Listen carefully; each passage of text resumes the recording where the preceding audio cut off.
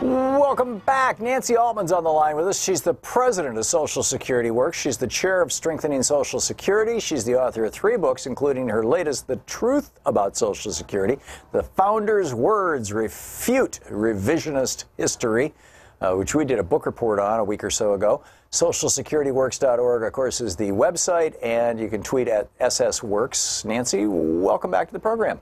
Thank you so much for having me. It's been a while. I love your book. I absolutely love your book, and I in particular liked Chapter 5. In the immortal words of Yogi Berra, this is deja vu all over again. And you talk about Social Security, and then you talk about the tiny splinter group with oversized influence. You want to tell us about that? Yes. There's always been, from the beginning, even before Social Security was enacted, what President Dwight Eisenhower labeled a tiny splinter group, who he described as their number is negligible and they are stupid. They've always hated Social Security. That goes against about 90% of the American public, who no matter how you slice the population, Tea Partiers, union members, women, men, people of color, everyone, really supports Social Security, would like to see it expanded, not cut. In the early days, the people who hated it were honest about it. They called it socialism. They said this is not appropriate for the government and so on. Today, even the opponents say, we love Social Security, but it's just, we can't afford it. And that's why I wrote The Truth About Social Security, because the truth is, we can afford it so much more now than we could back in 1935. We should be expanding it, not cutting it. The question about whether to expand or cut Social Security is a question of values, not affordability. And the other argument that these guys are making is, oh, it's falling apart, it's not working. I mean, they've kind of stopped the it's a Ponzi scheme rhetoric because they know that people aren't buying it.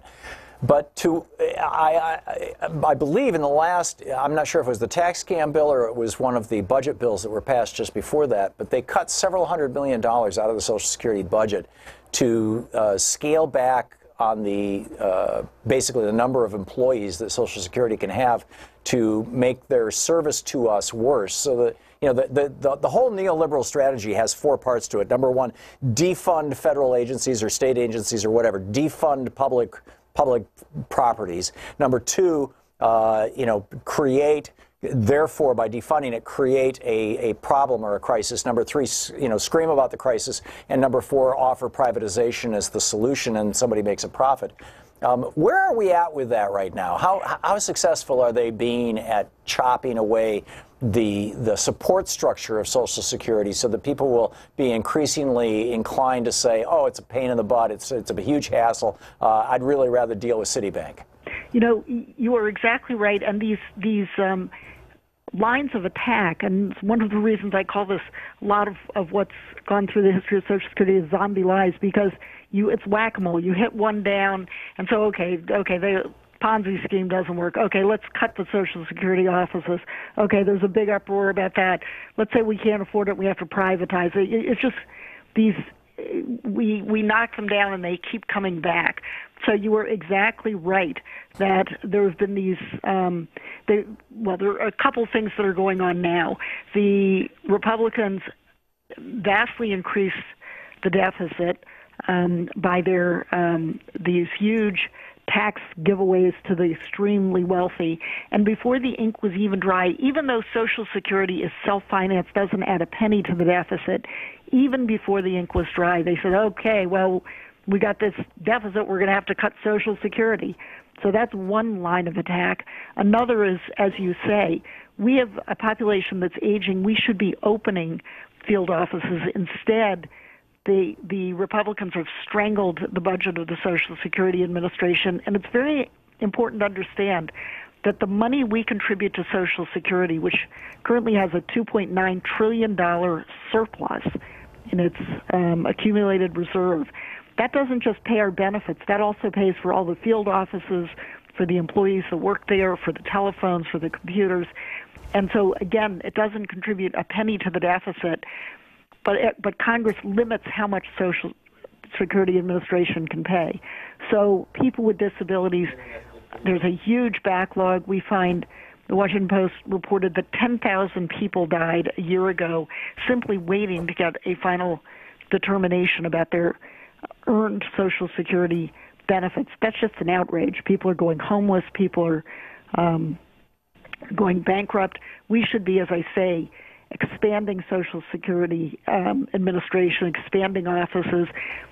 And as an aside, there's an overall attack on the civil service, an effort to really politicize the civil service, make it easier to fire, make them really patronage jobs, and that is a direct attack on our earned Social Security benefits. Yeah, we're talking with Nancy Altman. Her new book, The Truth About Social Security, is brilliant. Nancy, I want to play a clip for you from Franklin Roosevelt and just get your thoughts on it. This is just a short little 1 minute from a speech, I believe. Well, I don't have the year here in front of me. So anyhow, here it is. This is FDR. Great. Let me warn you, and let me warn the nation against the smooth evasion that says, of course we believe these things. We believe in Social Security. We believe in work for the unemployed. We believe in saving homes. Cross our hearts and hope to die. We believe in all these things. But we do not like the way the present administration is doing them. Just turn them over to us. We will do all of them. We will do more of them. We will do them better. And most important of all, the doing of them will not cost anybody anything. Now, Nancy, that was the 1930s, right? And that is correct. Franklin Roosevelt and the people around him were visionary. They had a really bold concept of improving our security, both our physical security, winning World War II, and our economic security. He also really understood the American people. And in fact, a few months before Social Security was introduced in Congress, he warned the American people that they were going to hear all kinds of things, that it was, it was socialism, it was fascism, it was this, it was that. But and he warned people, don't be fooled. This is just fear-mongering. And the same thing you heard, the clip you just played, that could have been played today. Yep. They could have been referring to Paul Ryan and Donald Trump and the whole crew of them, the tiny splinter group that President Eisenhower warned us about. Yeah. So, do you see the, how do you see the future of Social Security? I mean, is this, are we to the point where it's hanging on a thread based on which party controls Congress and the White House, or is it still fairly robust? Well, it's definitely the strongest thing Social Security has for it is it has got the American people behind it. The will of the people is to expand, not cut Social Security. The problem is the tiny splinter group that President Eisenhower talked about have oversized power because they are literal billionaires. I mean, the Koch brothers are pouring in huge fortune to try to elect people who are against Social Security. Pete Peterson, before he passed away, another billionaire, set up a foundation which is with us now. In fact, a number of the groups that are anti. Right. And he was a Wall Street billionaire. I mean, and Wall Street would be the direct beneficiary if Social Security were to go down in flames. Absolutely. I don't understand why Americans don't put two and two together on this. Absolutely. The amount of money that goes from Social Security to Wall Street, zero.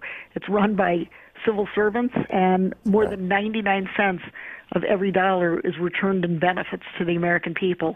That would not happen with Wall Street. You'd see, 20% going to Wall Street, if not more. Yeah, just like we have with our health insurance. Yeah, and it's what happens with 401ks and private pensions. Yep.